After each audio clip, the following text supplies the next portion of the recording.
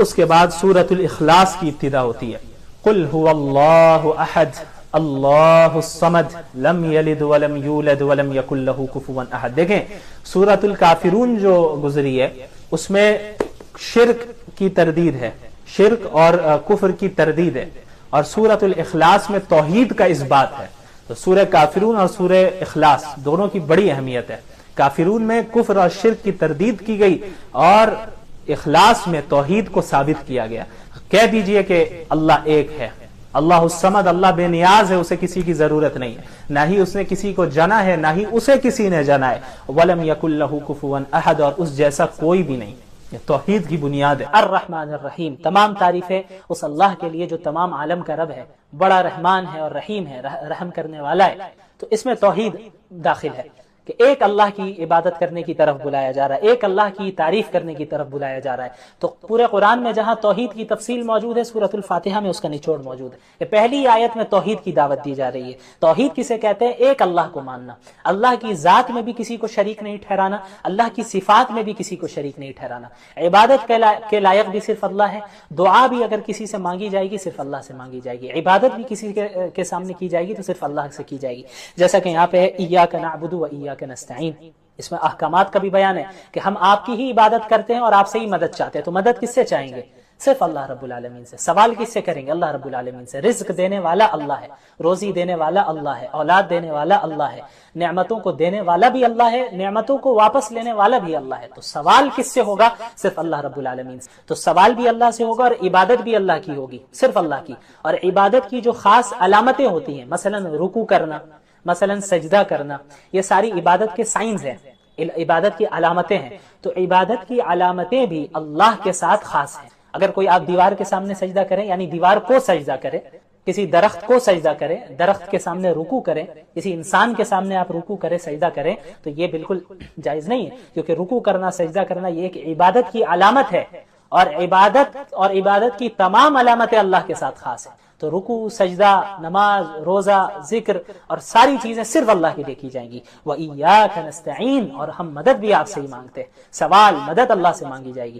براہ راست اللہ سے مانگنا ہمیں سیکھنا ہوگا، چھوٹی چیزوں کو بھی اللہ سے آپ اللہ سے بات کیجئے، جس طرح آپ بات کرتے ہیں اپنے آپ سے بھی بعض لوگ بات کرتے ہیں، تو اپنے آپ سے بات کرنے کے بجائے اللہ سے بات کیجئے۔ یہ آپ ذہن میں رکھیے، اللہ موجود ہے، اللہ دیکھ رہا ہے، اللہ مجھ سے قریب ہے۔ اللہ نے فرمایا وَإِذَا سَأَلَكَ عِبَادِي عَنِّي فَإِنِّي قَرِيبٌ، دوسرے پارے کی آیت ہے، اس کی تشریح انشاءاللہ کل کروں گا، میں ایک نقطہ بتاؤں گا اللہ نے چاہا تو، کہ جب میرے بندے آپ سے میرے بارے میں پوچھیں تو آپ بتا دیں کہ ہم ان سے قریب ہیں۔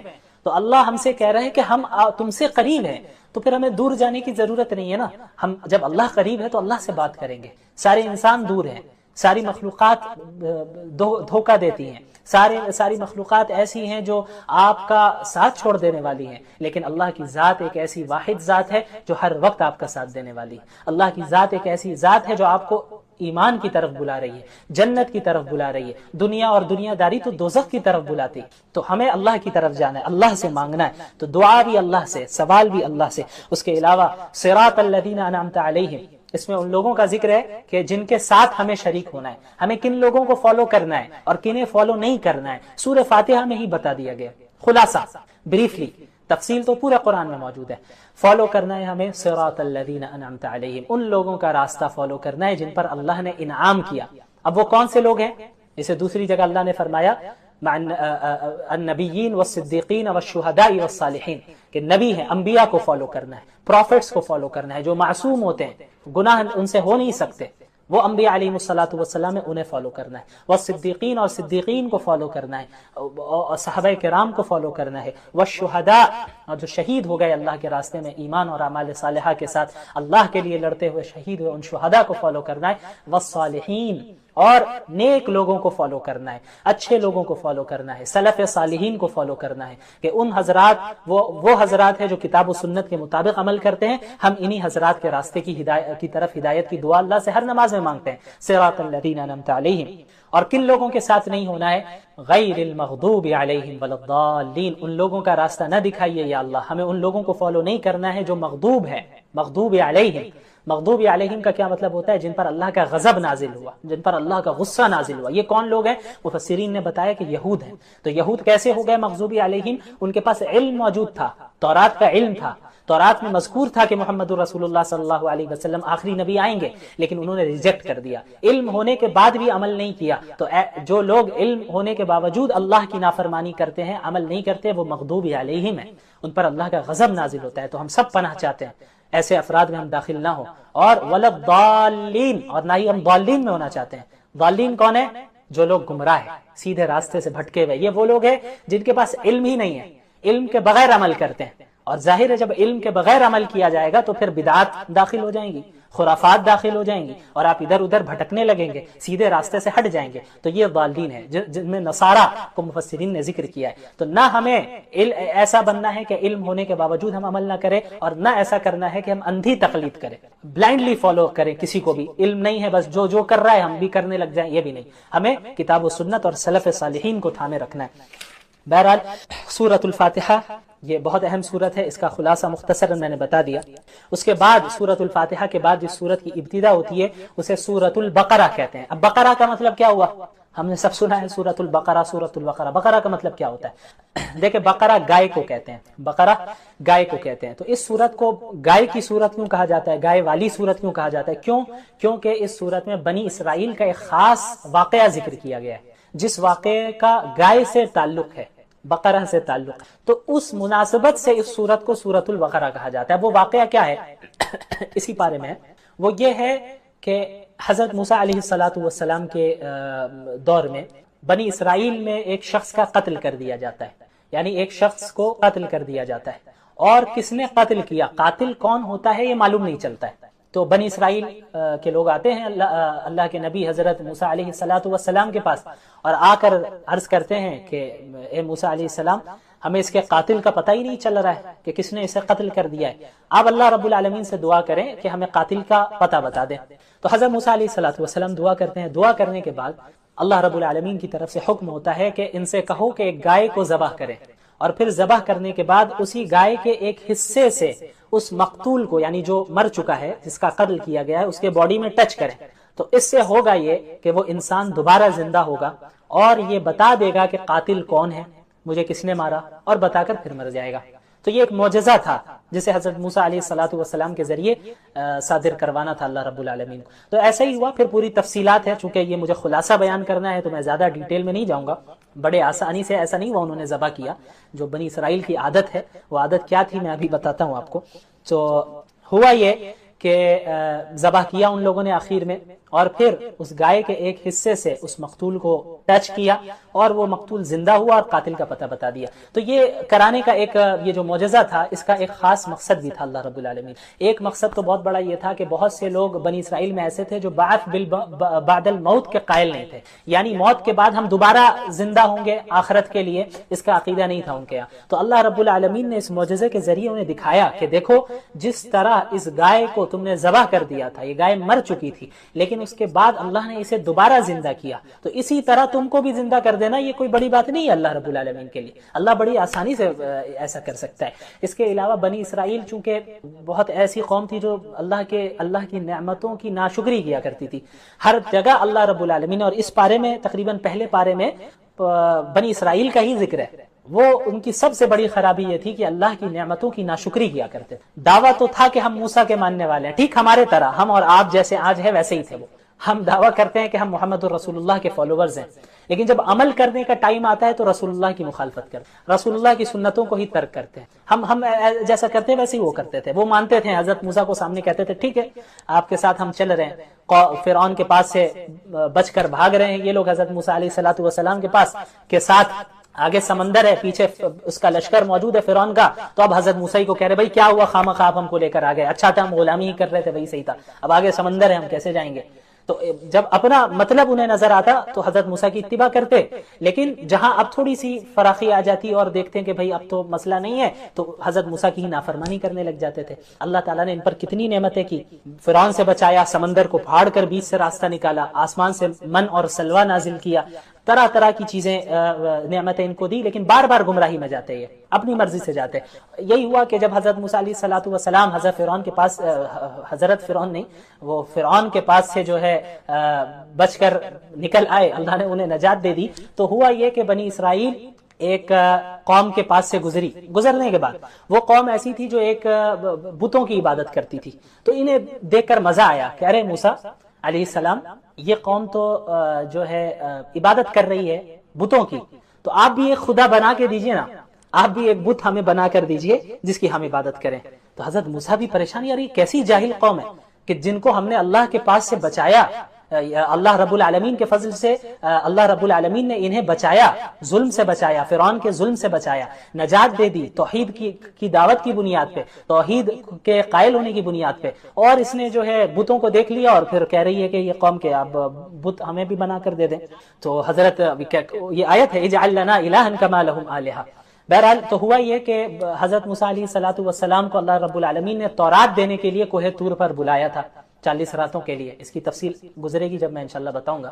تو ان دنوں میں ہوا یہ کہ یہ جو قوم تھی بنی اسرائیل، حضرت موسیٰ چونکہ موجود نہیں تھے وہاں پہ، تو انہوں نے کیا کیا کہ انہوں نے ایک بچڑا بنا لیا، یعنی ایک بچڑے کو معبود بنا لیا اپنا، ایک پتلا تھا بچڑے کا، اس کی عبادت کرنے لگ گئے۔ تو ان کے اندر گائے کی عظمت، تقدس کہیں نہ کہیں ان کے دل میں چھپی ہوئی تھی۔ تو اللہ رب العالمین نے مقتول کے قاتل کو پتہ لگوانے کے لیے گائے کو ذبح کرنے کا حکم جو دیا، اس میں جہاں بہت ساری حکمتیں تھیں، ان میں ایک یہ بھی حکمت تھی کہ جس کی عظمت، تقدس جس کا ان کے اندر بیٹھ چکا ہے، جنہیں وہ خدا سے ملاتے ہیں، تو انہیں احساس ہو کہ جب وہ ذبح کر رہے ہیں تو یہ خدا، یہ چیز خدا یا یہ جانور خدا نہیں ہو سکتا، اللہ رب العالمین ہی ایک واحد ذات ہے، واحد خدا ہے۔ اور بھی کئی حکمتیں علماء نے بیان کی۔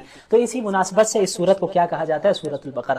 اچھا، ابتدا ہوتی ہے اس سورت کی الف لام میم سے۔ الف لام میم حروف مقطعات میں سے ہے۔ حروف مقطعات کسے کہتے ہیں؟ آپ نے قرآن کی بہت سی سورتوں میں دیکھا ہوگا، الف لام میم، الف لام را، ہا میم، نون، قاف، کاف، ہا یا عین صاد، یہ سارے آپ نے پڑھے ہوں گے حروف کو۔ تو ان حروف کو حروف مقطعات کہتے ہیں۔ مقطعات کا مطلب کیا ہوتا ہے؟ جو الگ الگ ہو، الگ الگ۔ تو الف لام میم یہ الگ الگ حرف ہے، کاف، ہا یا عین صاد الگ الگ حرف ہے، اس وجہ سے انہیں حروف مقطعات کہتے ہیں۔ اچھا، اس کی میننگ کیا ہے؟ یہ اس کا جو صحیح علم ہے وہ صرف اللہ رب العالمین کے پاس ہے، صرف اللہ رب العالمین کے پاس ہے۔ لیکن اس کو اللہ نے ذکر کیا کیوں؟ اس کے پیچھے بہت سی حکمتیں علماء کرام نے بیان کی ہے، جن میں سے ایک بہت بڑی حکمت یہ بھی ہے، میننگ نہیں، حکمت، میننگ تو اللہ کو معلوم ہے، حکمت ایک بہت بڑی یہ بھی ہے کہ چونکہ قرآن نے چیلنج دیا کفار کو کہ اگر آپ اللہ کے نبی کو سچا نبی نہیں مان رہے اور آپ اس کلام کو کلام اللہ نہیں مان رہے تو آپ اس جیسی کتاب لا کر دکھائیے۔ جب آپ اس کتاب کا انکار کر رہے ہیں اور کہہ رہے ہیں کہ یہ محمد کا اپنا کلام ہے، علیہ باللہ، محمد رسول اللہ صلی اللہ علیہ وسلم کا اپنا کلام ہے، آپ کا یہ دعویٰ ہے، تو آپ اس جیسا کلام لا کر دکھائیے، ایک سورت اس جیسا لا کر دکھائیے آپ۔ تو الف لام میم، کاف، ہا یا عین صاد، ان حروف مقطعات کے ذریعے ایک حکمت اس کے پیچھے یہ بھی ہے کہ اللہ رب العالمین نے یہ بھی پیغام دیا کہ دیکھو یہ وہی حروف ہیں، الف سے لے کے یا تک وہی حروف ہے، الف لام میم، کاف، ہا یا عین صاد، یہ الفابیٹس میں سے ہی ہے، عربک الفابیٹس میں سے ہی ہے، یہ وہی حروف ہیں جن کو استعمال کر کے تم بھی بات کرتے ہو، جن کو استعمال کر کے تم بھی اپنا کلام بناتے ہو۔ تو قرآن کریم بھی انہی حروف میں، کوئی الگ سے حروف استعمال نہیں کیے گئے، یہی الف سے لے کے یا تک کو استعمال کیا گیا۔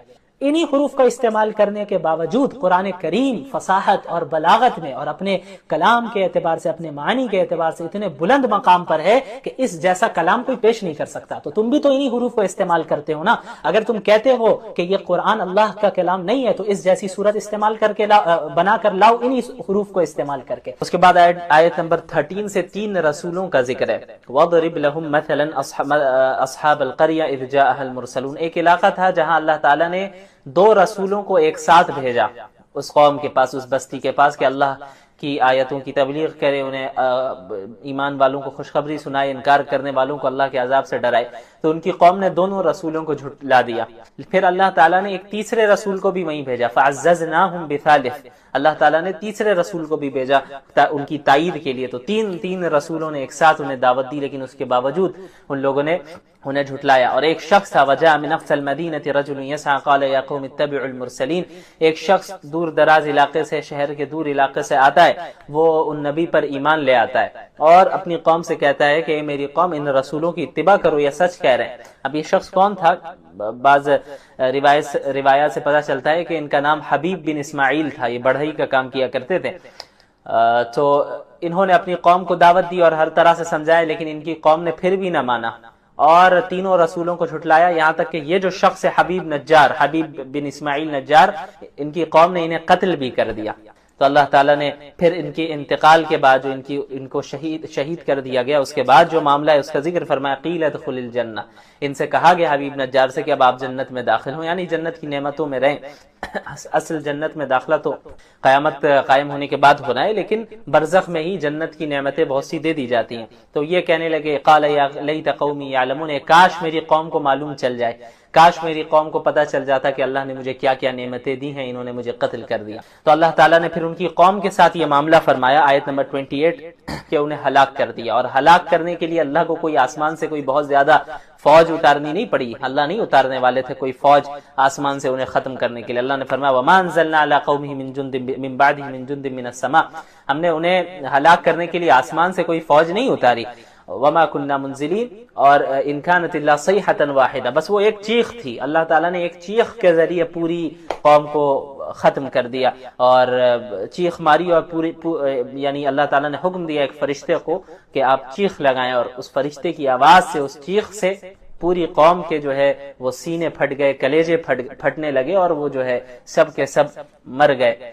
تو اللہ تعالیٰ نے اس طرح صرف ایک چیخ کے ہی ذریعے پوری قوم کو ختم کر دیا، برباد کر دیا۔ تو اللہ تعالیٰ کے ساتھ مقابلہ کرنا اور اللہ سے یہ سمجھنا کہ ہم اللہ سے مقابلہ کریں گے اور غالب آ جائیں گے، یہ حماقت ہے، یہ بے وقوفی ہے۔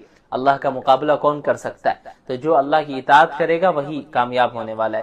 اس کے بعد آیت نمبر 65 میں اللہ تعالیٰ نے یہ بتایا الیوم نختم علی افواہہم وَتُكَلِّمُنَا أَيْدِيهِمْ وَتَشْهَدُ أَرْجُلُهُمْ بِمَا كَانُوا يَكْسِبُونَ، جو گنہگار ہوں گے، جو کفار ہوں گے، اللہ تعالیٰ ان کی زبان پر، ان کے منہ پر مہر لگا دے گا، اور ان کے اعضاء گواہی دیں گے۔ زبان سے تو ہو سکتا ہے وہ جھوٹ بولیں گے، بعض یہ بھی جھوٹ کہیں گے کہ بھئی وما کننا مشرکین، ہم تو شرک نہیں کیا کرتے تھے، لیکن اللہ ان کے منہ پر ان کی زبان پر مہر لگا دے گا، اور ان کے جو اعضاء ہوں گے، باڈی پارٹس ہوں گے، ہاتھ ہے، پیر ہے، یہ پارٹس گواہی دیں گے کہ بھئی یہ گناہ کیا کرتے تھے۔ پھر آیت نمبر 69 میں مشرکین کی تردید کی گئی ہے کہ مشرکین آپ صلی اللہ علیہ وسلم کے متعلق یہ بھی کہا کرتے تھے کہ علیاذ باللہ یہ شعر و شاعری کرتے ہیں۔ تو اللہ نے فرمایا وما علمناہ الشعر وما ينبغي له، ہم نے محمد صلی اللہ علیہ وسلم کو شعر و شاعری کی تعلیم نہیں دی، اور ان کی یہ شان کے لائق بھی نہیں ہے کہ وہ شعر و شاعری کرے، بلکہ یہ تو ان هو الا ذکر و قرآن مبین، یہ تو نہایت واضح نصیحت اور کھلا ہوا قرآن کریم ہے۔ اس کے بعد آیت نمبر 77 میں اللہ نے اپنے انسان کی تخلیق کی طرف اور اس کی جو ابتدائی تخلیق کا مرحلہ ہے اس کی طرف غور کرنے کا حکم دیا۔ وَلَمْ يَرَ الْإِنسَانُ أَنَّا خَلَقْنَاهُ مِن نُطْفَةٍ فَإِذَا هُوَ خَصِيمٌ مُبِينٌ۔ مکہ مکرمہ میں ایک شخص تھا، مشرک شخص تھا، عاص بن وائل کے نام سے۔ وہ ایک مرتبہ آپ صلی اللہ علیہ وسلم کے پاس آتا ہے اور بوسیدہ ہڈی لے کر آتا ہے، اور اس بوسیدہ ہڈی کو وہ بالکل ریزہ ریزہ کر دیتا ہے، اور کہتا ہے مذاق اڑاتے ہوئے کہ اللہ اس کو بھی دوبارہ ٹھیک کر دے گا، اللہ اسے بھی دوبارہ زندہ کر دے گا۔ تو اللہ نے فرمایا کہ ایک ایسا شخص ہے، اپنی تخلیق پر غور کرے، اپنی کریشن پہ غور کرے۔ ایک پانی کے ایک نطفے سے اللہ تعالیٰ نے اسے بنایا، اس کی حیثیت کیا تھی، اور آج جب جو ہے یہ اللہ نے اسے طاقت دے دی، اب انسان کا ڈھانچہ، اس کے جسم تیار ہے، اور وہ اس کے اندر قوت ہے، بات کر سکتا ہے، چل سکتا ہے، پھر سکتا ہے، تو اللہ ہی سے لڑ رہا ہے وہ۔ جو اللہ ایک نطفے سے پورے انسان کو بنانے پر قادر ہے، وہی اللہ اس انسان کے مرنے اور گلنے کے بعد دوبارہ زندہ کرنے پر کیا اسے قادر نہیں ہے؟ بالکل قادر ہے۔ اس کے بعد سورۃ الصافات کی ابتدا ہوتی ہے، یہ بھی مکی سورت ہے، اس میں بھی اسلام کے جو بنیادی عقائد ہیں، توحید ہے، رسالت ہے، قیامت ہے، اس کا اس بات کیا گیا ہے۔ اور اس کے بعد مشرکین کا ایک بہت غلط عقیدہ تھا، وہ یہ تھا کہ وہ سمجھتے تھے کہ فرشتے جو ہیں وہ اللہ کی بیٹیاں ہیں، علیاذ باللہ، تو اس کی بھی تردید کی گئی۔ تو شروع میں اللہ تعالیٰ نے کئی فرشتوں کی قسمیں کھائی ہیں، مختلف فرشتوں کی، والصافات صفا، ان فرشتوں کی قسم جو صفے باندھ کر کھڑے رہتے ہیں، تو مختلف فرشتوں کی قسمیں کھائیں، بلکہ 3 قسم کے فرشتوں کی قسمیں کھائی ہیں، فزاجرات زجرا، اور ایسے فرشتے جو ڈانٹ ڈپٹ کرتے ہیں، یعنی جب شیاطین آسمان کی طرف جاتے ہیں باتیں سننے کے لیے تو فرشتے انہیں بھگاتے ہیں، جناتوں کو، تو زجر کرتے ہیں، توبیخ کرتے ہیں، انہیں ڈانٹتے ہیں، ڈپٹتے ہیں۔ ان فرشتوں کی قسم، فالتالیات ذکرا، ان فرشتوں کی قسم جو ذکر کی تلاوت کرتے ہیں۔ تو ان کا قسموں کے کھانے کا مقصد یہ ہے کہ بعض تو ایسے تھے مشرکین میں جو فرشتوں ہی کی عبادت کرتے تھے، تو اس کی بھی تردید ہے کہ اللہ ہی واحد ذات ہے جو عبادت کا مستحق ہے،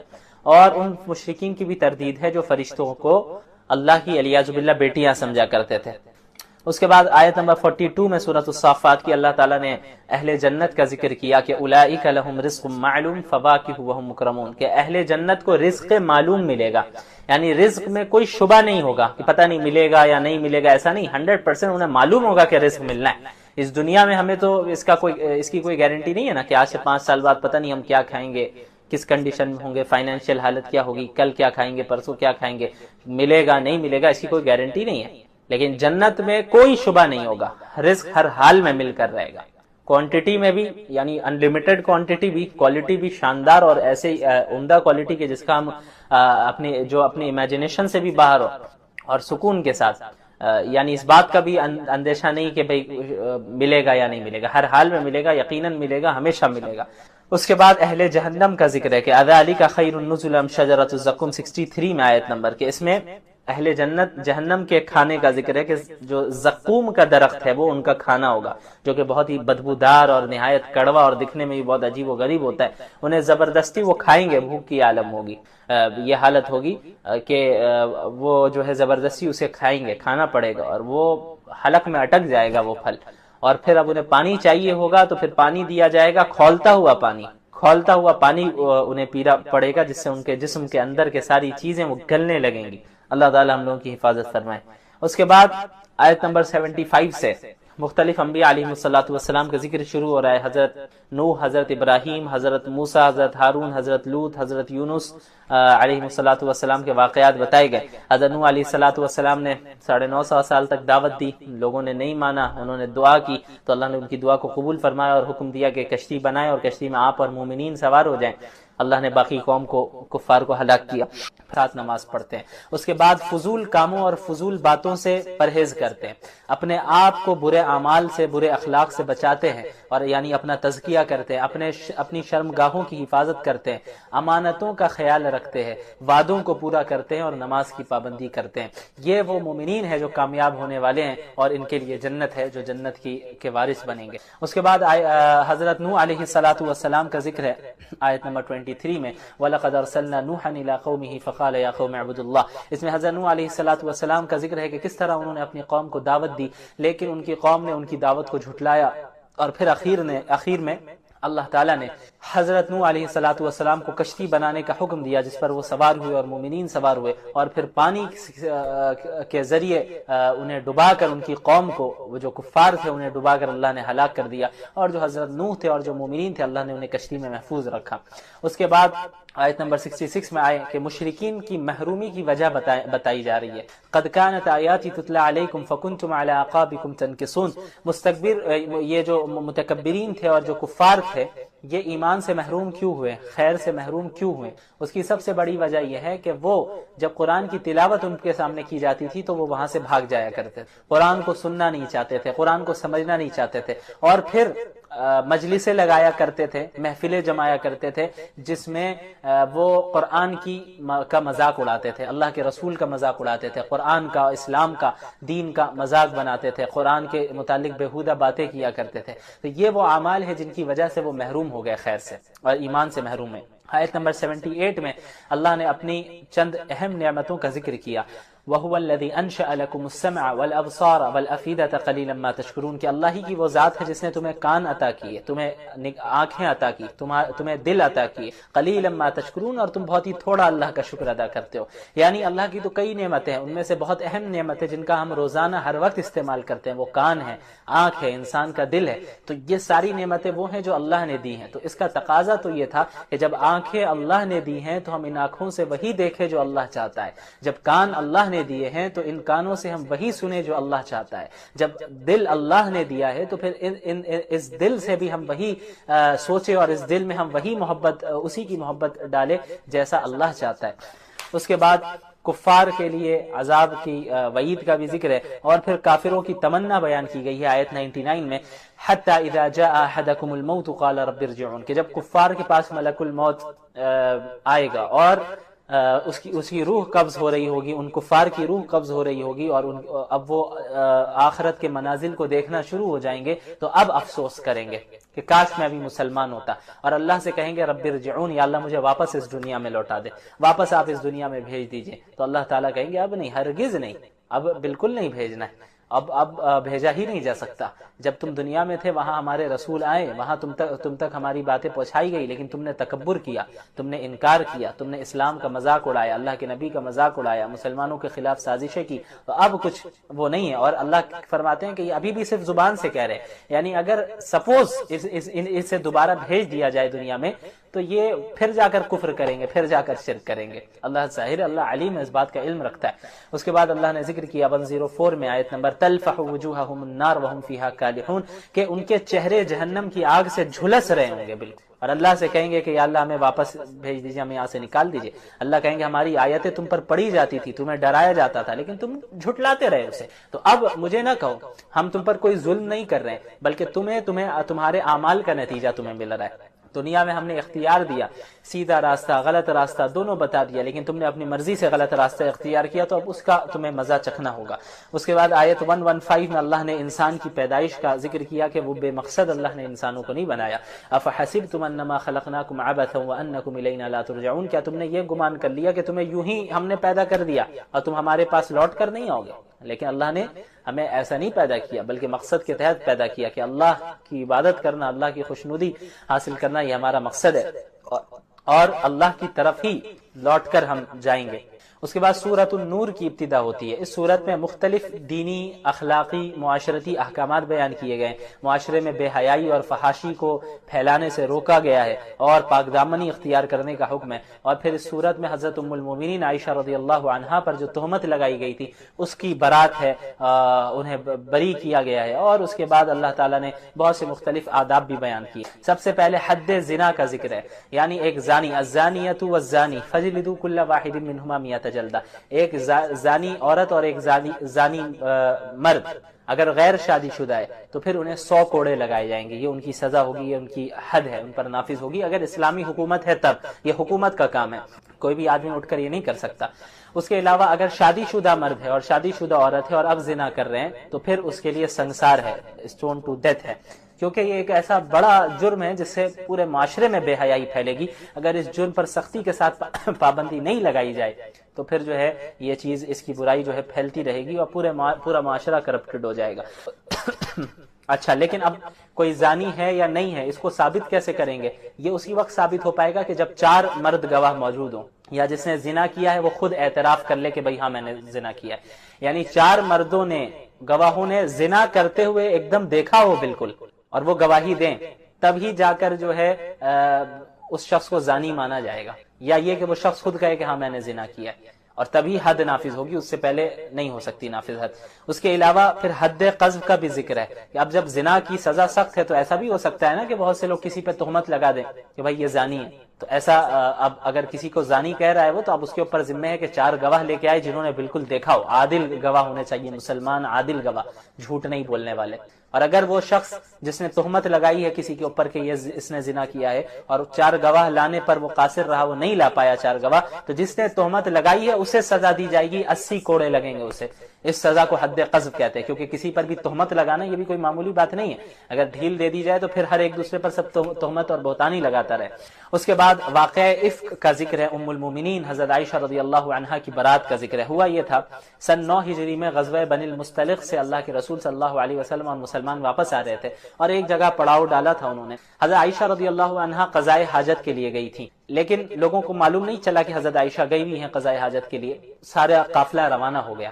حضرت عائشہ رضی اللہ تعالی عنہا جب وہاں پر واپس آتی ہیں تو واپس آنے کے بعد دیکھتی ہیں کہ بھئی قافلہ وہاں پہ موجود ہی نہیں ہے. تو حضرت عائشہ رضی اللہ عنہا پریشان ہو جاتی ہیں کہ اب میں کیسے جاؤں, تو وہ وہیں بیٹھ جاتی ہیں. حضرت صفوان رضی اللہ عنہ آس پاس ہی ہوتے ہیں, وہ حضرت عائشہ کو دیکھ رہتے ہیں, تو وہ کیا کرتے ہیں, وہ اپنے اونٹ پر حضرت عائشہ کو سوار کرا دیتے ہیں, اور پھر اونٹ کو لے کر وہ تیزی کے ساتھ آگے بڑھتے ہیں اور قافلے کے ساتھ مل جاتے ہیں. تو بس یہی ہوا. لیکن جو رئیس المنافقین تھا عبداللہ بن ابی بن سلول, جو کہ اسلام اور مسلمانوں کے خلاف ہمیشہ سازشیں کرتا رہا, اللہ کے نبی اور ازواج مطہرات اور دیگر مسلمانوں پر تہمتیں لگاتا رہا, تو اس نے اس موقع کو غنیمت سمجھا اور اس نے فوراً حضرت عائشہ اور حضرت صفوان پر تہمت لگا دی رضی اللہ عنہما کہ الیاذ باللہ کہ انہوں نے کچھ غلط کیا ہے, یہ الگ تھے, تنہائی میں تھے. تو یہ اتنی بڑی تہمت تھی حضرت عائشہ رضی اللہ عنہا پر کہ 1 مہینے تک تقریباً وہ مستقل پریشان میں رہی. اللہ کے نبی کو پریشان کیا گیا, مسلمانوں کو پریشان کیا گیا. اخیر میں ایک لمبی مدت کے بعد اللہ تعالیٰ نے ان کی برات کا اظہار کیا اور فرمایا ھذا بہتان عظیم، یہ حضرت عائشہ پر بہت بڑا بہتان ہے، یہ جو بھی تہمت لگائی ہے جن لوگوں نے، انہوں نے بہت بڑا بہتان باندھا ہے اور بہت بڑی تہمت لگائی ہے۔ تو اللہ تعالیٰ نے آیات کے ذریعے، قرآنی آیات کے ذریعے حضرت عائشہ کی برات کو قیامت تک کے لیے ابدی کر دیا۔ اس کے بعد آیت نمبر 22 میں بھی یہ اسی سے ریلیٹڈ ہے، وَلَا يَأْتَلِ أُولُو الْفَضْلِ مِنْكُمْ وَالسَّعَةِ أَن يُؤْتُوا أُولِي الْقُرْبَى۔ ہوا یہ کہ جب منافقین نے، خصوصا عبداللہ بن ابی بن سلول نے یہ چرچا کرنا شروع کر دیا کہ حضرت عائشہ پر تہمت لگانے لگا، تو بعض سیدھے مسلمان بھی جو ہے اس میں بھول سے جو ہے شریک ہو گئے، جن میں ایک صحابی تھے حضرت مستح رضی اللہ عنہ، وہ بھی جو ہے حضرت عائشہ رضی اللہ عنہا کے خلاف ان پر جو تہمت لگی تھی اور جو تبصرے کر رہے تھے، تو یہ بھی تبصروں میں شریک ہو گئے تھوڑا۔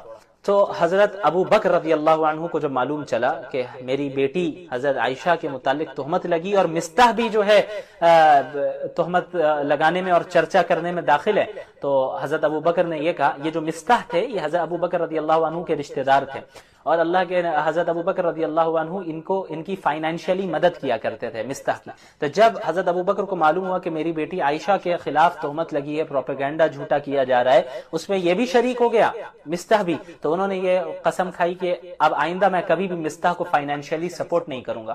تو یہ آیت نازل ہو گئی کہ ایسا نہ ہو، بلکہ اللہ نے جسے مال و دولت دی ہے، جسے جو اہل علم و فضل ہیں، انہیں کبھی یہ قسم نہیں کھانی چاہیے کہ ہم اپنے رشتہ داروں کی مدد نہیں کریں گے۔ تو حضرت ابو بکر رضی اللہ عنہ کو کہا گیا کہ نہیں، ان سے غلطی ہو گئی، الگ بات ہے۔ حضرت مستح نے پھر بعد میں بہت توبہ کی، ظاہر ہے چونکہ یہ ایک جھوٹی بات تھی، اب اس میں پروپیگنڈا میں وہ بھی شریک ہو گئے، لیکن بعد میں انہیں احساس ہوا کہ ان سے غلطی ہوئی، انہوں نے بہت توبہ کی، اللہ نے ان کی توبہ کو یقیناً قبول کیا۔ لیکن حضرت ابو بکر کو کیا حکم دیا گیا کہ آپ جو ہے رشتہ داری کا لحاظ رکھنا ہے، چاہے جو ہو جائے، رشتہ دار ہیں، آپ اس کی مدد جاری رکھیں، آپ نے جو قسم کھائی اس قسم کو توڑیں اور اس کا کفارہ ادا کریں۔ بہرحال اس کے بعد آیت نمبر 27 میں اللہ تعالیٰ نے چند آداب سکھائے مکانات میں داخل ہونے کے۔ یا ایھا الذین آمنوا لا تدخلوا بیوتا غیر بیوتکم حتی تستأنسوا وتسلموا علی اہلہا۔ ان آیتوں میں یہ بتایا گیا ہے کہ بغیر اجازت کسی کے گھر میں داخل نہ ہو، یہ اسلامی آداب ہیں کہ آپ کہیں جائیں تو کسی کے گھر میں یوں ہی داخل نہ ہو جائیں، بلکہ پہلے اجازت لیں، اجازت ملے اس کے بعد آپ داخل ہو، اور اگر اجازت نہ ملے، آپ کو واپس جانے کو کہا جائے تو خاموشی سے واپس چلے جائیں، یہ اسلام سکھاتا ہے۔ ہاں کوئی اگر ایسا گھر ہے جہاں پہ کوئی رہتا ہی نہیں ہے، ظاہر ایسا مکان ہے، ایسی عمارت ہے جہاں کوئی نہیں ہے، خالی ہے، ویران ہے، تو ظاہر ہے وہاں پہ آپ داخل ہو سکتے ہیں اگر آپ کو معلوم ہو کہ وہ ویران ہے۔ پھر اس کے بعد مومنین کو حکم یہ دیا گیا، اور مومن مردوں اور مومن عورتوں کو حکم دیا گیا کہ اپنی آنکھوں کی حفاظت کریں، یعنی نظروں کی حفاظت کریں، نظریں نیچی رکھیں، غیر محرموں کو نہ دیکھیں۔ قل للمؤمنین یغضوا من ابصارهم ويحفظوا فروجهم، اور اپنی شرمگاہوں کی حفاظت کریں۔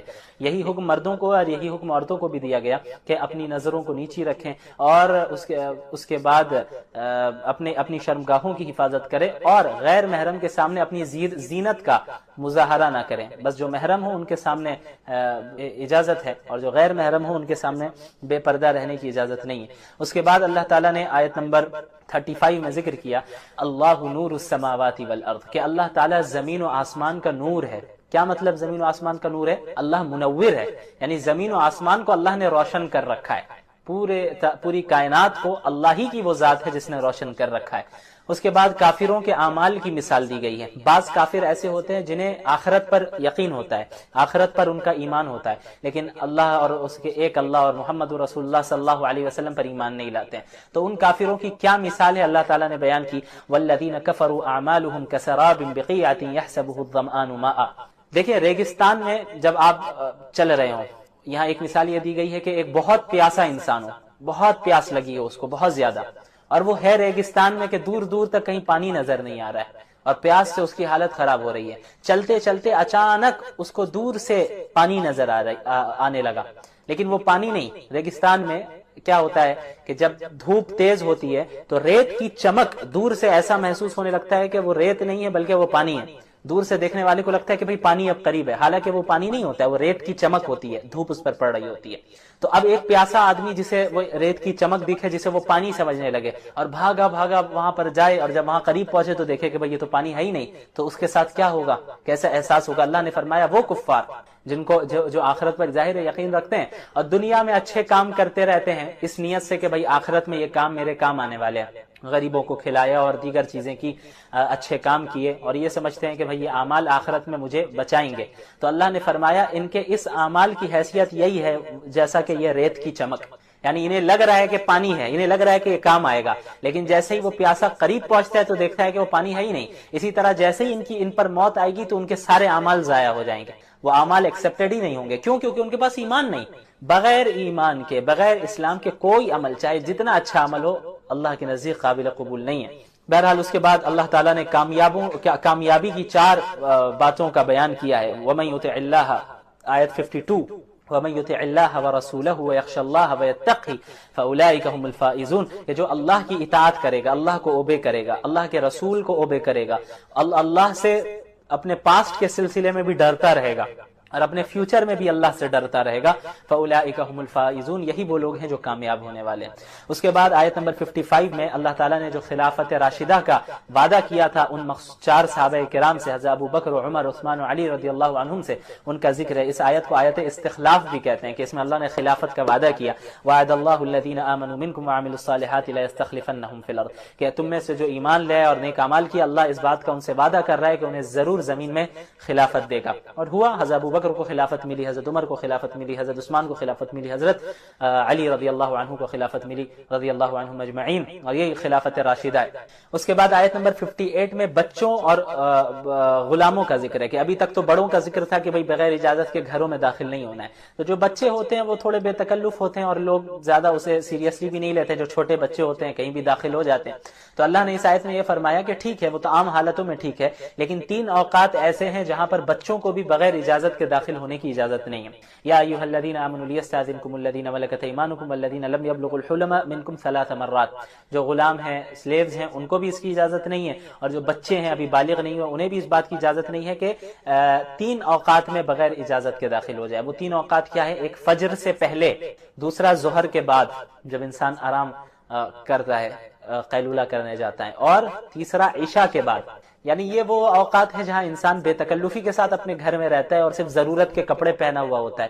اب اچانک کوئی داخل ہو جائے تو ظاہر ہے اس میں بے پردگی کا بھی امکان ہے اور وہ اس انسان کو تکلیف پہنچے گی، اس لیے بچوں کو بھی اس ٹائم پہ بغیر اجازت کے داخل ہونے کی اجازت نہیں ہے۔ اس کے بعد آیت نمبر 61، لیس علی الاعمى حرج ولا علی الاعرج حرج ولا علی المریض حرج ولا علی انفسکم ان تأکلوا من بیوتکم و بیوت آبائکم۔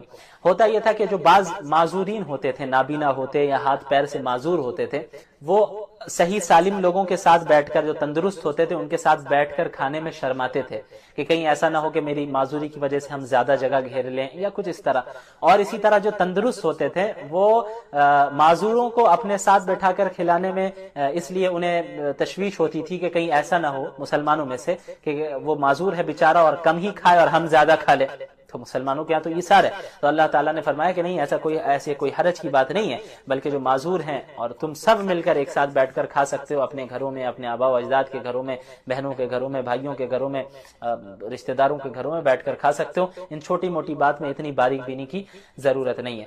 اس کے بعد آیت نمبر 62 میں مخلص مسلمانوں کا ذکر ہے اور منافقین کا بھی ذکر ہے۔ انما المؤمنون الذين امنوا بالله ورسوله واذا كانوا معه على امر جامع لم يذهبوا حتى يستاذنوا۔ یہ آیت اس وقت نازل ہوئی جب غزوہ احزاب چل رہا تھا، یعنی غزوہ خندق، جس میں مشرکین کے تمام قبائل نے ایک ساتھ مدینہ المنورہ پر حملہ کر دیا تھا، اور آپ صلی اللہ علیہ وسلم اور مسلمانوں نے ڈیفینسو پوزیشن اختیار کرتے ہوئے خندق کھدوائی تاکہ لوگ جو ہے، یہ فوج جو ہے اس طرف نہ آ پائے، خندق جو ہے بیچ میں گیپ رہے۔ تو اس ٹائم میں کیا ہے کہ مسلمانوں کو حکم ہوا کہ سارے مسلمانی خود ہی خندق کھود رہے تھے، اللہ کے نبی بھی صلی اللہ علیہ وسلم کر رہے تھے مدد صحابہ کرام کی۔ تو جو مخلص مسلمان تھے وہ تو دل و جان کے ساتھ جو ہے خندق کھود رہے تھے اور تیاری کر رہے تھے، اور اگر ضرورت پڑتی تو اللہ کے نبی سے اجازت لے کر جایا کرتے کہیں۔ لیکن جو منافقین تھے سب سے پہلے تو کام کرنے میں ہی سستی کرتے تھے، دل سے کام نہیں کر رہے ہوتے تھے۔ دوسری چیز کہ اب اگر کہیں جانا ہوتا تو اللہ کے نبی کے سامنے ہیلے بہانے بناتے یا پھر بس اوقات بغیر بتائے خاموشی سے نکل جاتے۔ تو ان دونوں کا ذکر کیا گیا کہ مومنین کی صفات یہ ہیں، اور جو یہ منافقین ہیں یہ اس طرح کی چیزیں کرتے ہیں۔ اس کے بعد سورۃ الفرقان کی ابتدا ہوتی ہے۔ فرقان کہتے ہیں حق اور باطل کے درمیان فرق کر دینے والی چیز کو۔ اس سورت میں قرآن کریم کو فرقان کہا گیا ہے، تو چونکہ قرآن ایک ایسی کتاب ہے جو حق اور باطل کے درمیان فرق کر دیتی ہے۔ تو اس وجہ سے اس کو سورہ فرقان کہا گیا، اور اس میں اسلام کے بنیادی عقائد کا ذکر ہے۔ اس کے علاوہ مشرکین کو جو اعتراضات تھے بعض، ان کا جواب دیا گیا ہے۔ سب سے پہلا اعتراض جو مشرکین کا تھا آیت نمبر 4 میں دیکھیں، وقال الذين كفروا ان هذا الا افك افتراه واعانه عليه قوم اخرون فقد جاءوا ظلما، کر باطل کا مقابلہ کیا، اور باوجود اسباب کی قلت کے، باوجود تعداد کی قلت کے، باوجود سخت ترین آزمائشوں کے، وہ عقیدہ توحید پر قائم رہے، اللہ کے دین پر قائم رہے، اللہ کے دین کی اطاعت کرنے والے رہے، اللہ اور انبیاء علیہم السلام کی فرما برداری کرنے والے رہے۔ ان کا نتیجہ کیا نکلا؟ ان کا نتیجہ یہ نکلا کہ اللہ نے انہیں اس دنیا میں بھی سرفراز کیا، اور آخرت کی نعمتیں تو یہ لیے تیار کی۔ اگر آپ محمد الرسول اللہ صلی اللہ علیہ وسلم سے پہلے کی قوموں کو دیکھیں، اس امت مسلمہ سے پہلے کی قوموں کو دیکھیں، محمد الرسول اللہ صلی اللہ علیہ وسلم کی بعثت سے پہلے جو انبیاء علیہم السلام مبعوث ہوئے، ان کی قوموں کو دیکھیں، ان کے ماننے والوں کو دیکھیں، اس زمانے کے موحدین کو دیکھیں، مومنین کو دیکھیں، مسلمین کو دیکھیں، تو آپ یہ پائیں گے کہ انہوں نے اس دین کی اطاعت کے لیے اور اس دین کی اشاعت کے لیے ہر طرح کی قربانی دی، اور ہر طرح کے چیلنجز کا اپنی استطاعت کے بقدر مقابلہ کیا۔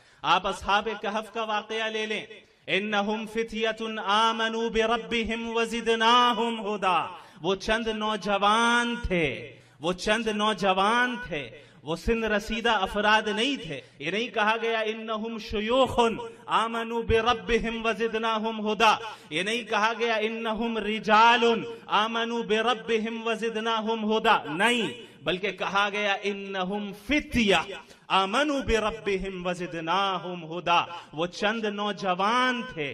کیوں؟ کیونکہ عموماً سن رسیدہ افراد جو ہوتے ہیں اپنے تجربات اور مفادات اور معاشرے کی رسم و رواج کی زنجیروں میں جکڑے۔ نمبر 3، اللہ اور اس کے رسول کی اطاعت کرنا، یعنی فالو کرنا، انہیں اوبے کرنا، اللہ اور اس کے رسول کی مخالفت نہیں کرنا۔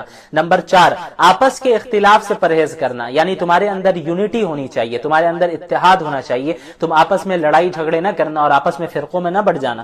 اور نمبر 5، اگر جنگ میں ناموافق حالات آئیں تو صبر کرنا، یعنی جنگ میں ہو تو ظاہر ہے تکلیف پہنچے یا کچھ ایسے حالات آ جائیں کہ بظاہر ایسا لگے کہ بھئی ہمیں نقصان زیادہ پہنچ رہا ہے، تو صبر سے کام لینا، اللہ پر توکل اور صبر کرتے رہنا۔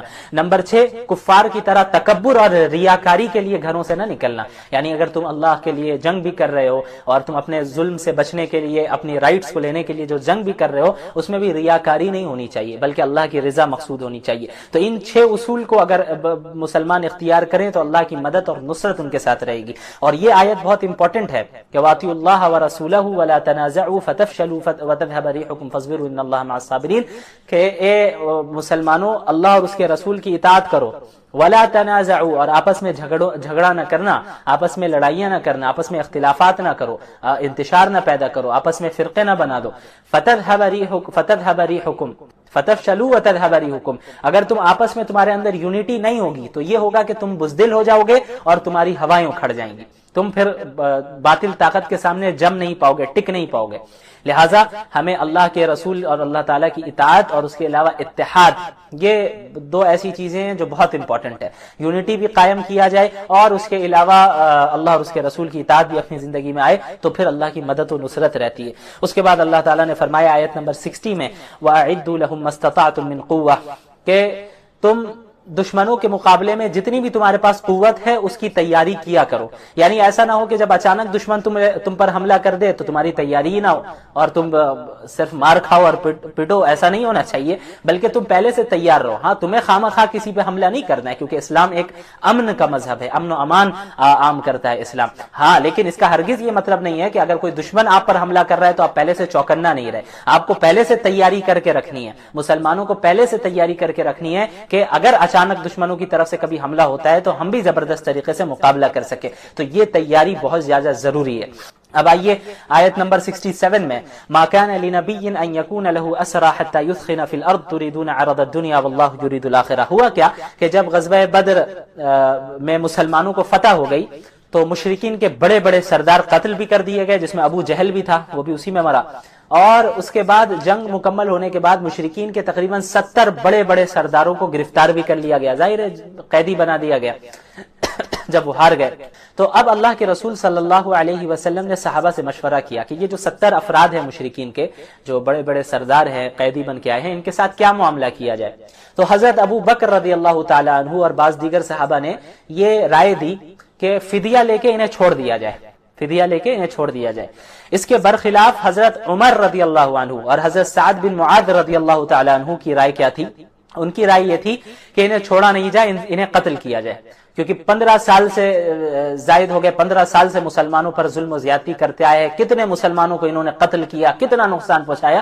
تو ایسے لوگوں کی سزا ظاہر ہے یہی ہونی چاہیے کہ ان کو بھی سزائے موت دی جائے، قتل کریں. تو لیکن چونکہ اللہ کے رسول صلی اللہ علیہ وسلم رحمت للعالمین ہے، اس کی وجہ سے آپ صلی اللہ علیہ وسلم نے حضرت ابو بکر اور دیگر صحابہ کرام رضی اللہ عنہم اجمعین کی رائے کو اختیار کیا کہ بھئی قتل نہ کیا جائے، ان سے فدیہ لے کے انہیں چھوڑ دیا جائے. تو مسلمانوں نے فدیہ لے کر انہیں چھوڑ دیا. لیکن اللہ رب العالمین نے اس پر عتاب نازل کیا، اور آپ اللہ تعالیٰ نے حضرت عمر رضی اللہ عنہ، حضرت سعد بن معاذ رضی اللہ عنہ کی رائے کی تائید کی اور فرمایا کہ تم نے جن لوگوں نے یہ رائے دی ہے کہ فدیہ لے کر انہیں چھوڑ دیا جائے، اگر اللہ تعالیٰ کی طرف سے پہلے کوئی حکم نازل نہ ہوا ہوتا، حکم نہ آ چکا ہوتا، تو جو فدیہ تم نے لیا ہے اس کے بدلے میں اللہ تعالیٰ تم پر سخت عذاب نازل کرتا. اس آیت میں بھی حضرت عمر رضی اللہ تعالی عنہ کی تائید کی گئی ہے ان کی رائے کی. بہرحال اس کے بعد آیت 74 میں مہاجرین اور انصار کا ذکر ہے.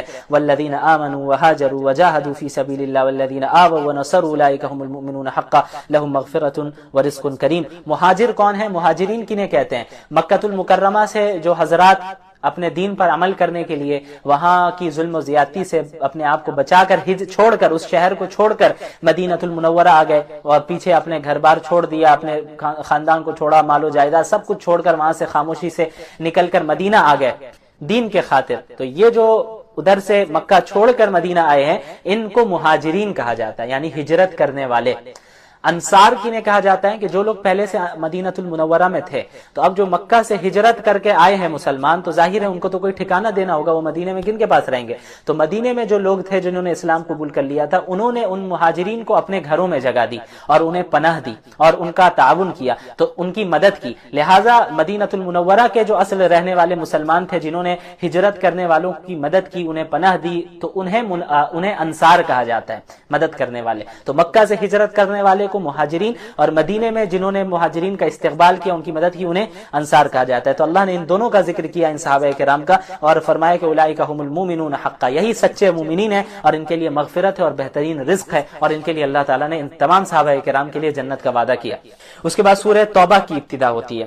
اس سورت کا نام سورہ توبہ کیوں ہے؟ کیونکہ اس سورت میں بعض ان مخلصین صحابہ کا ذکر ہے جو کسی وجہ سے غزوہ تبوک میں شریک نہیں ہو پائے تھے، اور اللہ رب العالمین نے پھر پھر انہیں اس بات کا اس پر شرمندگی بھی تھی کہ وہ شریک نہیں ہو پائے. حالانکہ وہ چاہتے تو شریک ہو سکتے تھے، لیکن وہ شریک نہیں ہو پائے. انہیں اس بات کا اعتراف ہوا کہ مجھے چاہیے تھا کہ میں شریک ہو جاؤں، لیکن نہیں ہو پایا. تو ان صحابہ نے پھر توبہ کی، تو اللہ تعالیٰ نے ان کی توبہ کو قبول کیا. تو اس واقعے کا ذکر ہے اس سورت میں. اس بنیاد پہ اس سورت کو سورہ توبہ کہا جاتا ہے. تو اس کا جو ہے ذکر انشاءاللہ اس سورت کے آخر میں آئے گا، اور 11ویں پارے کی ابتدا میں اس کا ذکر ہوگا. بہرحال اس میں جو ابتدا ہوتی ہے براءۃ من اللہ ورسولہ الی الذین عاہدتم من المشرکین، یہ سورت فتح مکہ کے بعد نازل ہوئی. تو اب ظاہر ہے کہ اب اسلام کو اقتدار حاصل ہو گیا، اسلام کو حکومت حاصل ہو گئی. تو اب جو مشرکین ہیں جو ہر وقت ستاتے آئے، پریشان کرتے آئے، اب وہ محکوم ہو گئے. تو ان کے ساتھ اعلان کیا جا رہا ہے کہ بھئی اب آپ کے پاس یہ ہے کہ یا تو آپ اسلام میں داخل ہونا چاہے ہو جائیں، یا آپ جزیرۃ العرب سے چھوڑ کر جانا چاہیں، اس کو شہر کو، ملک کو باہر جانا چاہے، اب آپ جا سکتے ہیں. یعنی یہاں اب اسلامی حکومت قائم ہو گئی، اب یہاں اللہ کا نظام چلے گا، قرآن کا نظام چلے گا. تو اب آپ کو اسلام میں داخل ہونا ہے تو اسلام میں داخل ہو جائیں، آپ ملک کو چھوڑ کر جانا چاہتے ہیں تو چھوڑ کر چلے جائیں. 4 مہینے تک کی مہلت آپ کو مل رہی ہے، اس کے اندر آپ اپنا فیصلہ کر لیجئے، خود آپ کا اختیار ہے. اس کے علاوہ وہ مشرکین جن سے کوئی ایگریمنٹ اور معاہدہ کیا ہوا تھا پہلے سے ایک مدت تک، تو اب وہ اس مدت کو پورا کرنے کا حکم ہے. جن کے ساتھ معاہدہ ہوا ہے اور ایگریمنٹ کا معاملہ ہے کہ بھئی امن و امان قائم رکھیں گے اور آپس میں جنگ نہیں کریں گے، تو انہیں بھی جو ہے اس مدت کی مہلت دی گئی، اس مدت تک. اس کے بعد انہیں بھی یہی ہے کہ بھئی آپ کو اسلام میں داخل ہونا ہے ہو جائیں، ملک چھوڑ کر جانا ہے چلے جائیں. یہاں اب حکومت تو اسلامی نظام کے مطابق ہی ہوگی. بہرحال اس کے بعد آئے آیت نمبر 17 میں سورہ توبہ کی، ما کان للمشرکین ان یعمروا مساجد اللہ شاہدین علی انفسہم بالکفر۔ اس میں ابھی مشرکین کا ذکر چلا آ رہا ہے، یہاں مشرکین کی اس بات کا ذکر ہے کہ وہ مسلمانوں پر فخر کیا کرتے تھے مسلمانوں کے سامنے کہ بھئی ہم تو حاجیوں کی خدمت کرتے ہیں، ہم حرم کی تعمیر کرتے ہیں، کعبے کی تعمیر کرتے ہیں، اس سے بہتر عمل کیا ہو سکتا ہے؟ یعنی یہ بتا رہے ہیں کہ تم تو کیا ہمیں دین کی دعوت دے رہے ہو، ہم تو خود آلریڈی اتنی اچھی خدمت کر رہے ہیں۔ تو اللہ تعالیٰ نے فرما دیا کہ بھئی یہ حاجیوں کی خدمت کرنا، زمزم پلانا، کھلانا پلانا حاجیوں کو، تعمیر کرنا حرم کی، سب اپنی جگہ پر، لیکن یہ اعمال اسی وقت قابل قبول ہوں گے جب ایمان ہوگا۔ یعنی اگر ایمان نہیں ہے تو مشرک کا کوئی عمل قابل قبول نہیں ہونے والا، چاہے جتنے بھی اخلاص کے ساتھ وہ عمل کرے، وہ غریبوں کو کھلائے، حاجیوں کو کھلائے، کعبے کی تعمیر کرے، اس سے کوئی فرق نہیں پڑنے والا ہے۔ جب تک ایمان نہ ہو تب تک کوئی عمل صالح اللہ کے نزدیک قابل قبول نہیں ہونے والا۔ اس کے بعد غزوہ حنین کا ذکر ہے۔ فتح مکہ کے بعد قبیلہ بنو حوازن نے یہ ارادہ کیا کہ اللہ کے رسول صلی اللہ علیہ وسلم اور مسلمانوں پر حملہ کیا جائے، تو آپ صلی اللہ علیہ وسلم کو خبر پہنچی، تو آپ صلی اللہ علیہ وسلم ایک بہت بڑی تعداد کو لے کر، بڑے لشکر کو لے کر آپ صلی اللہ علیہ وسلم مسلمانوں کے لشکر کو لے کر روانہ ہوتے ہیں اور حنین نامی مقام پر پہنچتے ہیں، ٹھیک ہے، حنین پر پہنچتے ہیں۔ لیکن یہ ایسی جنگ تھی غزوہ حنین جس میں مسلمانوں کی تعداد بہت زیادہ تھی، تقریباً 12 سے 14 ہزار کے قریب ان کی تعداد تھی۔ تو بعض صحابہ کرام کی زبان سے یہ بات نکل گئی کہ بھئی آج تو ہماری تعداد بہت زیادہ ہے، آج ہمیں کوئی ہرا نہیں سکتا۔ تو اللہ رب العالمین کو یہ بات پسند نہیں آئی، تو اللہ تعالیٰ نے مسلمانوں کو اس جنگ میں آزمائش میں ڈالا کہ جب مسلمان ایک تنگ وادی سے گزر رہے تھے تو یہ قبیلہ حوازن کے جو تیر انداز تھے انہوں نے ایک بار میں زبردست طریقے سے تیروں سے حملہ کیا، اور اس طرح حملہ کیا کہ مسلمانوں کی جو صفیں تھی وہ منتشر ہو گئی، مسلمان بالکل منتشر ہو گئے اور سب ادھر ادھر بھاگنے لگ گئے، کیونکہ کچھ سمجھ میں نہیں آ رہا اچانک اس طرح حملہ ہونے لگا۔ تو لیکن بہرحال اللہ کے نبی صلی اللہ علیہ وسلم ثابت قدم رہے اور بعض دیگر صحابہ کرام ثابت قدم رہے، اور پھر اخیر میں حضرت عباس رضی اللہ تعالیٰ عنہ نے آواز لگائی انصار اور مہاجرین کو اور پکارا کہ رسول اللہ صلی اللہ علیہ وسلم آئے، تو دوبارہ سارے مسلمان اکٹھا ہوئے اور پھر زبردست طریقے سے ان کا مقابلہ کیا اور مسلمان اس جنگ میں بھی غالب آئے، جیت گئے۔ لیکن شروع میں اللہ تعالیٰ نے آزمائش میں مبتلا کیا، یہ دکھانے کے لیے کہ تمہاری نظر تعداد اور اسباب کے اوپر نہ ہو، تم یہ نہ سمجھو ہمارے پاس اتنی تعداد ہے، اتنے اسباب ہے تو ہم غالب آ جائیں گے، ہمیں کوئی نہیں ہرا سکے گا، نہیں، بلکہ ہرانے اور کسی کو جتانے کا جو اختیار ہے وہ اللہ کے پاس ہے۔ یعنی کون غالب آئے گا، کون مغلوب ہوگا، یہ صرف اللہ کے فیصلے سے ہوگا۔ تو اللہ کی مدد اگر تمہارے ساتھ ہے تو تمہارے پاس اگرچہ کم ہی تعداد ہو، کم ہی اسباب ہو، جیسا کہ غزوہ بدر میں تھا، تب بھی تم غالب آؤ گے، لیکن اگر اللہ کی مدد تمہارے پاس نہیں ہے تو تمہارے پاس کتنی زیادہ طاقت کیوں نہ ہو جائے، تم مقابلہ نہیں جیت سکتے، جیسا کہ مشرکین کے ساتھ بھی ہوا۔ تو مسلمانوں کو اس طرف توجہ دلائی گئی کہ صرف ایک اللہ پہ بھروسہ رکھو، اسباب وغیرہ یہ سب سیکنڈری چیزیں۔ اس کے بعد پھر اہل کتاب کا بھی ذکر ہے کہ بھئی ان کو بھی اختیار دیا گیا کہ یا تو آپ اسلام قبول کرنا چاہتے ہیں کر لیں، چھوڑ کر جانا چاہتے ہیں جائے، اور اگر یہیں رہنا ہے اسلامی حکومت میں، اسلامی ریاست میں، تو اب چونکہ اسلامی حکومت آپ کی حفاظت کرے گی اور ہماری فوج اور مسلمان آپ کی حفاظت کریں گے، آپ کو بھی وہی حق دیا جائے گا جو مسلمانوں کا ہے، آپ کی عبادت گاہوں کو نقصان نہیں پہنچایا جائے گا، آپ کو زبردستی اسلام میں کنورٹ نہیں کیا جائے گا، آپ کو اپنے مذہب کی آزادی دی جائے گی، ساری چیزیں رہے گی، آپ کی جان اور مال کی بھی حفاظت کی جائے گی۔ تو جب اسلامی حکومت اتنا کرے گی تو اس کے بدلے میں آپ کو ٹیکس دینا ہوگا ہمیں، اور اسی ٹیکس کا نام جزیہ ہے۔ تو اگر آپ جزیہ دے کر اسلامی حکومت میں ہی رہنا چاہتے ہیں یہیں پہ تو رہ سکتے ہیں، اور اگر نہیں رہنا چاہتے تو آپ چلے جائیں، یا اسلام قبول کرنا چاہتے ہیں تو کر لیں۔ بہرحال اللہ کے نبی صلی اللہ علیہ وسلم کی زندگی میں بھی وہ وہیں رہے جزیرۃ العرب میں، لیکن آخر میں پھر حضرت عمر فاروق رضی اللہ تعالی عنہ نے اہل کتاب کو جزیرہ عرب سے نکال دیا تھا، کیونکہ اللہ کے نبی صلی اللہ علیہ وسلم کا حکم تھا اخرج الیہود والنصارى من جزیرۃ العرب، کہ جزیرۃ العرب سے یہود و نصارہ کو نکال دو، کیونکہ اللہ کے نبی صلی اللہ علیہ وسلم جانتے تھے کہ یہ کیسے لوگ ہیں اور یہ کس طرح کسی جگہ پر رہ کر اور فتنہ پھیلا کر اور اس جگہ پہ زبردستی اقتدار حاصل کر لیتے ہیں، اور دیکھا گیا یہ کوئی ڈھکی چھپی بات نہیں ہے۔ آپ دیکھ لیں فلسطین میں کیا ہوا، ان یہودیوں کی کیا حیثیت تھی فلسطین میں، لیکن آہستہ آہستہ کر کے سازشیں کر کے کس طرح وہ آگے بڑھے یہاں تک کہ حکومت اور اقتدار انہیں حاصل ہو گیا۔ تو مسجد اقصی آج ہمارے کنٹرول میں 100% نہیں ہے، انہی کے کنٹرول میں ہے، سارا نظام انہی کے پاس ہے، تو ظاہر ہے یہاں رہتے تو یہاں حرمین پہ وہ قبضہ کر سکتے تھے۔ تو اللہ تعالیٰ نے اسی لیے اللہ کے نبی صلی اللہ علیہ وسلم نے فرمایا کہ جزیرۃ العرب سے انہیں نکال دو، یہاں مسلمان رہیں گے۔ وہ آباد نہیں ہونے چاہیے۔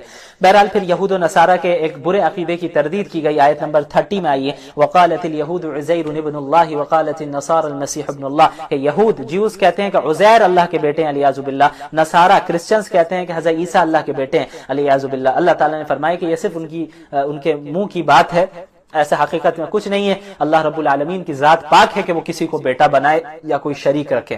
بہرحال اس کے بعد آیت نمبر 34 میں ناحق مال کھانے پر وعید ہے، یا ایھا الذین آمنوا ان کثیرا من الاحبار والرہبان لیأکلون اموال الناس بالباطل۔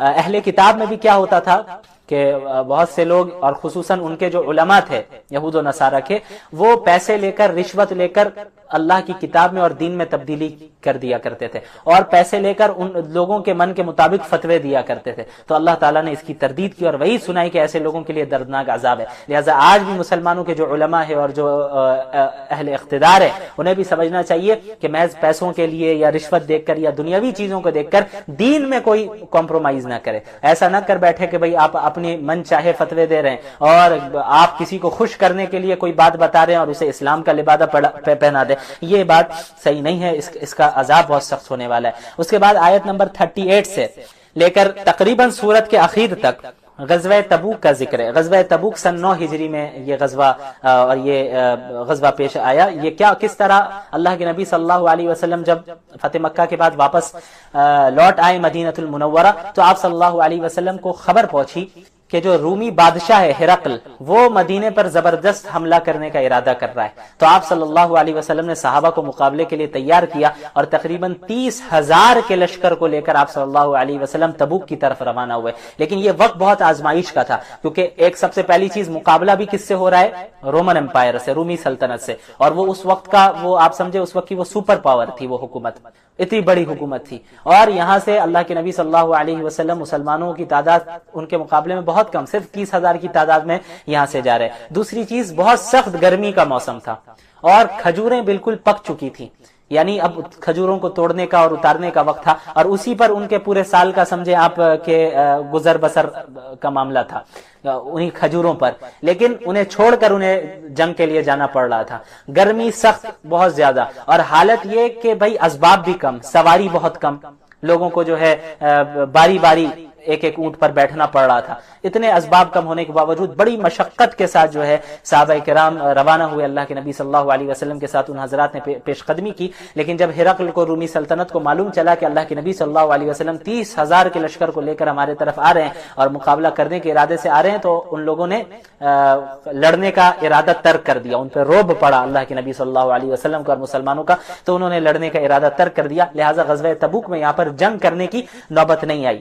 اچھا، اب یہاں سے کئی آیتوں میں منافقین کا ذکر ہے، ان کے نفاق کا، ان کے جھوٹ کا، اور کس طرح وہ جو ہے بہانہ بناتے تھے اللہ کے نبی صلی اللہ علیہ وسلم کے پاس کہ یا رسول اللہ ہم جنگ میں نہیں جا سکتے چونکہ یہ معاملہ ہے یا وہ معاملہ ہے، خواہ جھوٹے عذر پیش کرتے تاکہ انہیں جانا نہ پڑے، تو ان کا ذکر ہے۔ اور مسلمانوں کا کس طرح مذاق اڑاتے، ان سے کس طرح دشمنی کرتے، حسد کرتے، ان کے خلاف سازشیں کرتے، ان کا بیان ہے۔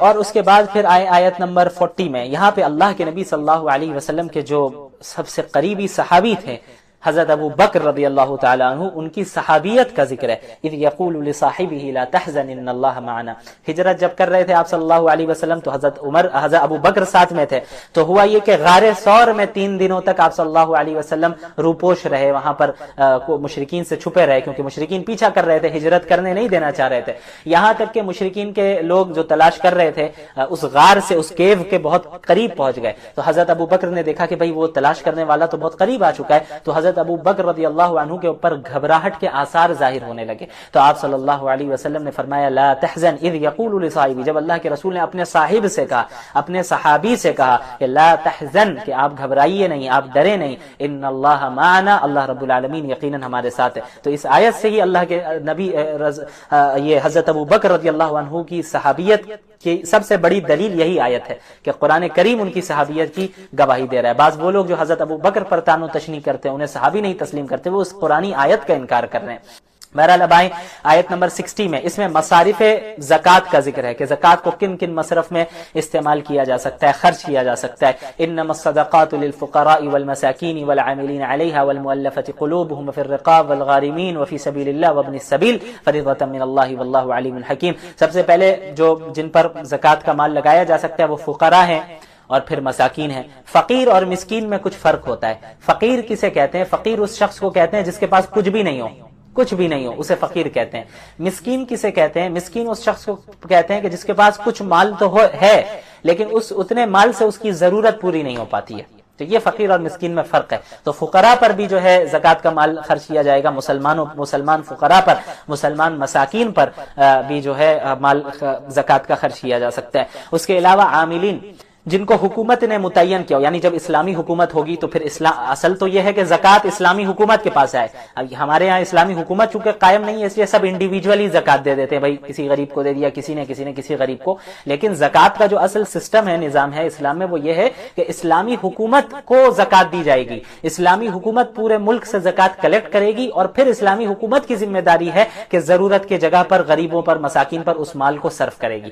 تو جب اسلامی حکومت قائم ہوگی تو ظاہر ہے کہ جب اسلامی حکومت زکوٰۃ کو کلیکٹ کرے گی تو افراد کو بھیجے گی، لوگوں کو بھیجے گی، وہ جا کر کلیکٹ کریں گے۔ تو وہ جو ہیں جو لوگ زکوٰۃ کلیکٹ کرنے والے ہوں گے اسلامی حکومت میں، تو زکوٰۃ کے ہی مال سے ان کی تنخواہ بھی، ان کی سیلری بھی دی جا سکتی ہے۔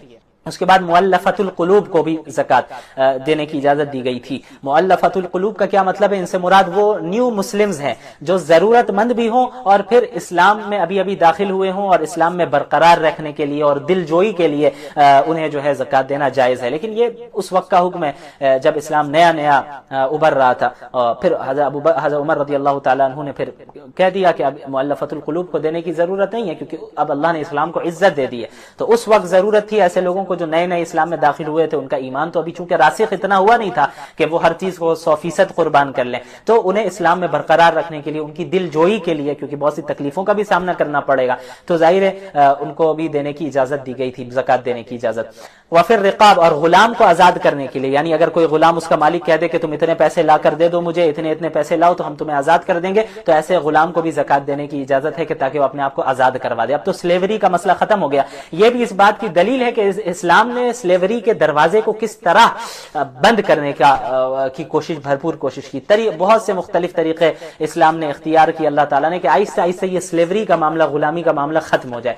تو سارا جو اعتراضات سارے کیے جاتے ہیں غلامی کو لے کے، وہ اسلامی پر کیے جاتے ہیں۔ ایسا محسوس ہوتا ہے جیسے اسلام نے ہی شروع کیا ہو۔ اسلام نے تو شروع نہیں کیا، بلکہ اسلام نے سلیوری کو ختم کرنے میں ایک بہت بڑا رول اختیار کیا، جن میں سے یہ آیت بھی ایک بہت بڑی دلیل ہے کہ اللہ نے زکوٰۃ کے مال کو بھی غلاموں کو آزاد کرنے میں لگانے کا، یعنی اس کی اجازت دے دی کہ آپ غلاموں کو دے سکتے ہیں۔ زکوٰۃ کی رقم ایسی ہوتی ہے کہ جس میں بہت سی شرائط ہیں، ان شرائط کو مد نظر رکھتے ہوئے، ان کا لحاظ رکھتے ہوئے ہی آپ زکوٰۃ ادا کر سکتے ہیں۔ ایسے موقع پر اللہ تعالیٰ نے پھر رقاب بھی کہا کہ آپ غلام کو آزاد کروانے میں بھی زکوٰۃ دے سکتے ہیں۔ تو یہ کتنی اہم بات ہے کہ اللہ تعالیٰ خود چاہ رہے ہیں، اسلام خود چاہ رہا تھا کہ جو ہے یہ سلیوری کا معاملہ ختم ہو اور جو لوگوں کو غلام بنایا جاتا ہے وہ معاملہ ختم ہو۔ ظاہر ہے ایک بار میں تو اس پر پابندی نہیں لگ سکتی تھی کیونکہ بہت سی وجوہات تھی۔ اب جو مشرکین تھے، اگر آپ پابندی لگا دیتے غلامی کو، چلو آج سے غلامی ختم، تو مسلمان اس پر عمل کرتے، لیکن مشرکین تو اس پر عمل نہیں کرتے، وہ تو مسلمانوں کو پکڑ کر غلام بناتے ہیں۔ تو اب غلام اگر وہ مسلمانوں کے غلام کو انہوں نے، یعنی مسلمانوں کو پکڑ کے انہوں نے غلام بنا لیا ہے، تو اب مسلمان ان کے لوگوں کو غلام نہیں بنا سکتے، تو اب اپنے غلاموں یعنی مسلمانوں کو، جو مسلمانوں کے غلام بنائے گئے ہیں، ان کو جو ہے اب مسلمان واپس کیسے لیں گے؟ کیونکہ جنگوں میں کیا ہوتا تھا کہ غلاموں کا تبادلہ بھی ہوتا تھا، قیدیوں کا تبادلہ بھی ہوتا تھا کہ مثلا آپ نے ہمارے قیدیوں کو پکڑ لیا ہے، آپ کے پاس ہمارے قیدی ہیں تو آپ انہیں چھوڑ دیجئے، ہم آپ کے قیدیوں کو چھوڑ دیں گے۔ یہ معاملہ بھی ہوتا تھا اور آج بھی ہوتا ہے۔ تو جب اگر مسلمانوں پر یہ پابندی لگ جاتی کہ بھئی غلامی کا معاملہ ختم اور آج سے جس کے پاس جتنے بھی سلیوز ہیں سب کو 100% ختم کر دو، اب آئندہ کبھی کسی کو سلیو نہیں بنانا ہے، تو پھر کیا ہوتا کہ مسلمانوں کے جو لوگ ہوتے ہیں ان کو تو مشرکین غلام بناتے رہتے، قیدی بناتے رہتے، تو پھر اب اپنے قیدیوں کو چھڑاتے کیسے؟ اس کے لیے ضروری تھا کہ ان کے لوگوں کو بھی قیدی بنایا جائے۔ اس وجہ سے 100% ایک بار میں جو ہے اس کی ممانعت نہیں آئی اور اس کو منع نہیں کر دیا گیا یا سلیوری کو ختم کرنے کا حکم نازل نہیں ہوا، البتہ اس کی طرف اشارے کر دیے گئے اور بہت سے ایسے اعمال دیے گئے اور بہت سے ایسی چیزیں کرنے کا حکم دیا گیا، بہت سے گناہوں کا کفارہ یہ دیا گیا کہ بھئی آپ غلام آزاد کیجئے۔ اور غلام آزاد کرنے کی جو فضیلت ہے اور جو اجر و ثواب ملنا ہے اس کو بیان کیا گیا، تو کتنے لوگوں نے جو ہے بس اس اجر و ثواب کو حاصل کرنے کے لیے کتنے غلاموں کو آزاد کیا۔ بہرحال اس کے بعد غارمین کا ذکر ہے، یعنی جو مقروض ہو، جس کے اوپر بہت زیادہ قرض ہو، اس کو قرض سے نجات دینے کے لیے اس کو زکوٰۃ دی جا سکتی ہے۔ فی سبیل اللہ یعنی وہ مجاہد جو جہاد و قتال پر جا رہا ہے لیکن اس کے پاس سواری وغیرہ کا سامان نہیں ہے، تو اس کو بھی زکوٰۃ دی جا سکتی ہے۔ اس کے علاوہ ابن السبیل یعنی جو مسافر ہو، اس کو بھی زکوٰۃ دی جا سکتی ہے۔ ایسا مسافر بھی جو حقیقت میں اگرچہ ہو امیر لیکن اس کے پاس پیسے جو اس کے ہے وہ ہے اس کے گھر میں، اس کے شہر میں، اور جہاں وہ سفر کر رہا ہے وہاں وہ بیچارہ ضرورت مند ہو گیا، اب کوئی راستہ ہی نہیں نکل رہا ہے کہ بھائی وہ پیسے کہاں سے لائے، اب اپنے شہر سے منگا بھی نہیں پا رہا۔ آج کے دور میں سمجھے کہ اب اس کے پاس اے ٹی ایم وغیرہ کا بھی کوئی انتظام نہیں ہے، امیر تو ہے لیکن اب ایسے شہر میں چلا گیا جہاں اس کے پیسے بالکل وہ نکال ہی نہیں پا رہا ہے، تو وہ ضرورت مند ہو گیا، تو ایسے شخص کو بھی زکوٰۃ دی جا سکتی ہے۔ اس کے بعد پھر اس پارے کے اخیر میں منافقین کا ذکر ہوا، چونکہ منافقین کا ذکر چلا آ رہا ہے، ان کے نفاق کا، ان کے جھوٹ کا، جہاد پر نہیں جانے کے بہانے کا، حیلے جو وہ کرتے رہے، اور پھر ایک دوسرے کو برائی کا حکم دینے کا اور نیکی سے منع کرنے کا، مسلمانوں سے بغض و حسد رکھنے کا ذکر رہا۔ تو اب اللہ کے نبی صلی اللہ علیہ وسلم کو کہا جا رہا ہے کہ اب آپ منافقین کے لیے استغفار کریں یا نہ کریں۔